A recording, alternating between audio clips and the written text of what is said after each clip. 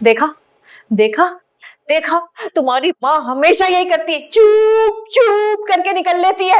मुझे तो पहले ही पता था कि हम यहाँ पे खैरात में भीख मांगने आएंगे इनसे, और ये किसी घटिया से फकीर की तरह हमें यही कह के भगा देंगे कि जाओ बाबा जाओ, माफ करो। लेकिन इन्होंने तो ये भी कहना मुनासिब नहीं समझा।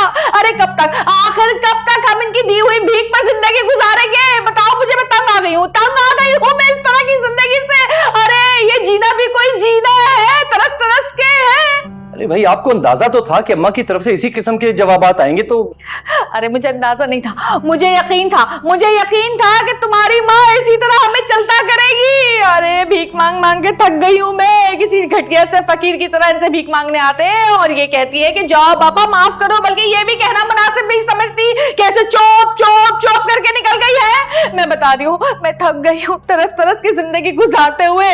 अरे ये तो हमारी आका बनी हुई है और हम किसी गुलाम की तरह इनके आगे हाथ बांधे खड़े रहते हैं। ये कौन सी जिंदगी है भाई? नरगिस प्लीज आप गुस्सा ना करें। देखिए आपके चेहरे पे गुस्सा फैलता चला जा रहा है, खासतौर पे इस वाली साइड पे देखें। अरे बकवास मत करो अपनी। मैंने कह दिया है, मेरी बेटी इसी स्कूल में पढ़ेगी चाहे कुछ हो जाए, और अगर मेरी बात नहीं मानी गई तो मैं अपना वो नागिन वाला रूप दिखाऊंगी कि सबको पता चल जाएगा कि आखिर नरगिस है कौन, और उसमें तुम्हारी माँ भी शामिल है। समझे तुम जाओ, मुझे तुम्हारी माँ ने खैरात में तुम्हें एक घटिया सा सिलाई का कारखाना दिया हुआ है ना, वो कौन सी बाहर क्लास मार्केट सड़ी हुई जिसमें घटिया और बेजोड़ सिले हुए कपड़े तुम बेचते हो, वही बेचो जाके, और महीने के आखिर में तुम्हारी माँ 2 टका रख देगी तुम्हारी हाथ पर, कहेगी जाओ बेटा ऐश करो इस 2 टके से, और उसके बाद आखिर में हम तरस रहे होंगे, हमारे पास ये नहीं है वो नहीं है, बस महीने के आखिर में तरसी हुई जिंदगी गुजारेंगे। अब जाओ, दफा क्या कर रहे हो? नरगिस गुस्सा थूक दे। चले जाओ यहाँ से, जमील कह दिया मैंने, आई हेट यू। देखो मेरा मशवरा, मैंने कहा जाए यहाँ से, जाए यहाँ से।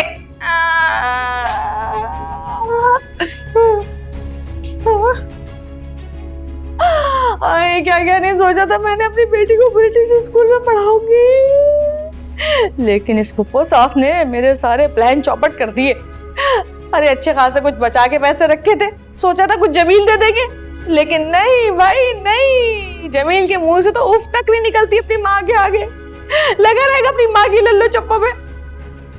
लेकिन तुझे भी कसम है नरगिस, अपनी बेटी को तूने उसी स्कूल में पढ़ाना है। टक्कर लूंगी आज मैं, सबसे टक्कर लूंगी।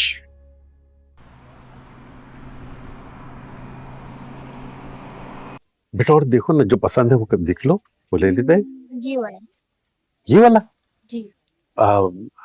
जबरदस्त, बहुत अच्छा है। देखो देखो अबू ये अच्छा है। भाई ये कितने का है सूट? सिर्फ 3,500 रुपए पैक कर दो। नहीं नहीं, इसे रहने दे बेटा, हम किसी और जगह जाकर देख लेते हैं। नहीं अबू मुझे यही लेना है। आलम क्या मसला क्या है? भाई वो बच्ची को सूट पसंद आया, लेकिन आप खुद ही बता दें। भाई मेरी बच्ची की टीचर की सालगिरह है, उन्हें एक सूट गिफ्ट करना है। वो आप तो जानते हैं कि बड़े स्कूलों के मसाइल बड़े होते हैं। तो इशू क्या है? मेरे पास कुछ पैसे कम हो रहे हैं, सिर्फ ये 1,500 रुपए। तो बेटा ऐसा करो, कोई और पसंद कर लो। नहीं अबू मुझे यही लेना है। आलम कितने का ये? 3,500। तो बस ठीक है ना, इसको शॉपिंग बैग में डालो। ये ले लीजिए।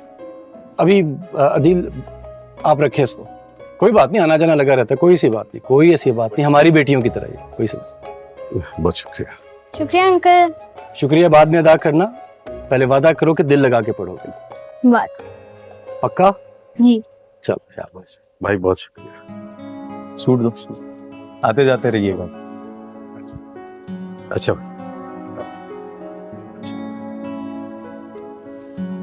आलम जा चाय लेकर आ। चाय?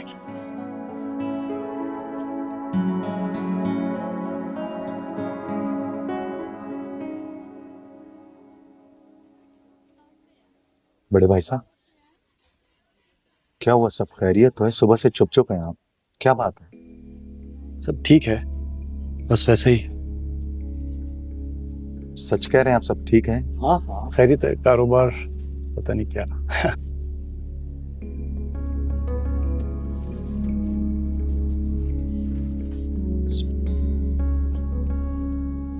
अच्छा दुकान समेटे, घर भी तो चलना है। हाँ मैं ये पीसेस लगाता हूँ।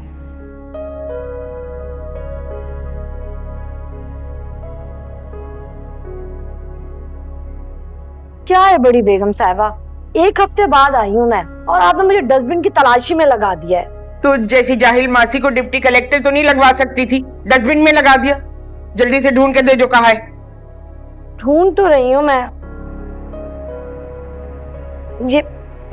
ये वाला तो नहीं है, देखे देखे बेगम साहिबा। हाँ हाँ हाँ हाँ हाँ, और दिखाओ उसका।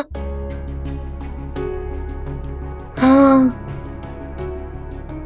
अच्छा देखो, किसी चिट पे ऊपर लिखा होगा 5 लाख, यानी 5,0,0,0,0। ढूंढ जल्दी से। 000। हाँ, फर्स्ट ये वाला तो नहीं है, देखे। हाँ हाँ, जल्दी से टेप लेकर आओ, टेप लेकर आओ और पूरे दस्तावेज को जोड़ के मुझे देना। ठीक है। या अल्लाह।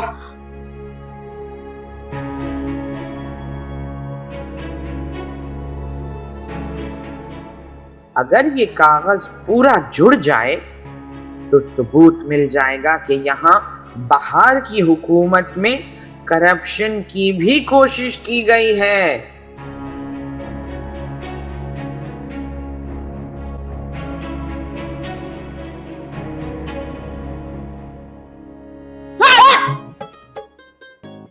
किस गहरी सोच में थे आप पप्पू साहब? तू जा यहाँ से। ना, मैं अपने क्वेश्चन का जवाब ले बगैर यहाँ से नहीं जाऊंगी। मुझे क्यों लग रहा है कि आप किसी के मर्डर की प्लानिंग कर रहे हैं। जा यहाँ से। तेरा ये फिरैंक होना मुझे बिल्कुल पसंद नहीं है। मगर मैं होना चाहती हूँ आपके साथ फ्रैंक। क्या हम बेस्ट फ्रेंड बन सकते हैं? क्या आप मुझसे दोस्ती करेंगी? भाग यहाँ से, निकल। जा यहाँ से। Okay, thank you. ढको इस पे कोई टोकरी और रखो ईंट उसके ऊपर। अरे टैप लेके कब आएगी?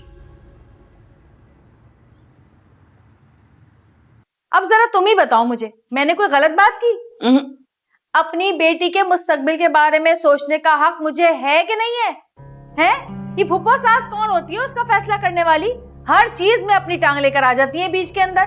दिल चाहता है टांग ही तोड़ दूं इनकी। मैं बता रही हूँ तुम्हें, ये जो 10 साल से मैं चुप बैठी हुई ना, सब्र किए हुए हूँ, ये लावा फटने वाला है। देखना, एक ही बार उगलूंगी मैं सब कुछ। ये तुम अपनी 2 ग्राम की जुबान नहीं हिला सकती? 10 मन का सर हिलाए जा रही हो। 10 मन का सर?